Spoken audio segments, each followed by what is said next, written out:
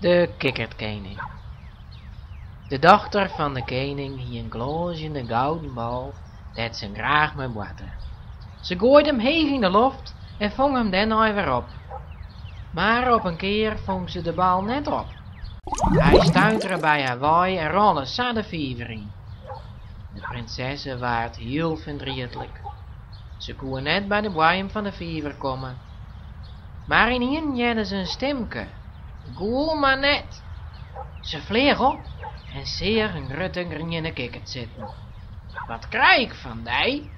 Zei de kikkert. Als ik de bal uit het wetter helje.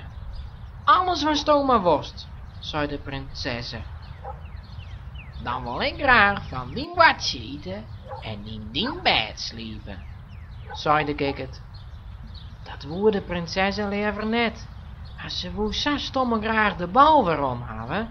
Dus zei ze, goed. De kikker bracht haar bal weer om. En zonder dankjewel te zeggen, draafde de prinsessen er maar voort. Door het huis ziet ze krijgt maar oden aan het jongensmeel, doet er wat glijds en wiets erin kan. Het wie de kikkert, die van haar watje kwam te eten. Wat docht dat beestje? Vregen de koninginnen. Toen moest haar dochter wel vertellen wat zo'n kikkert beloofd hier. Was to beloofd, moest to ik dwaan, zei de koning. De prinsessen loeg een gekke holle, doet de kikkert van haar watje hiet. Na het eten ging de prinsessen op bed. De kikker kwam efter haar aan en sprong met zijn sliemige lief op haar kessen. Ik mag in die bedje slepen, zei er. Lief wat, schreeuwde de prinsessen en smiet de kikker in de vierste hoeken van de kamer. Toen baadde er wat wonderbaarlijks. Hij verhoorde op slag in een prins, maar hij hief wel een grote boerde op de kop.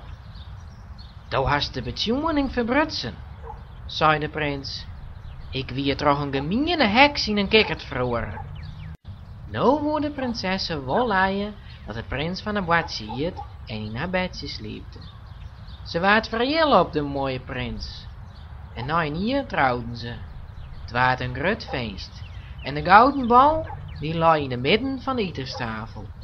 Hij glom en hij wie mooier zeer. En ze leven nog lang en gelukkig.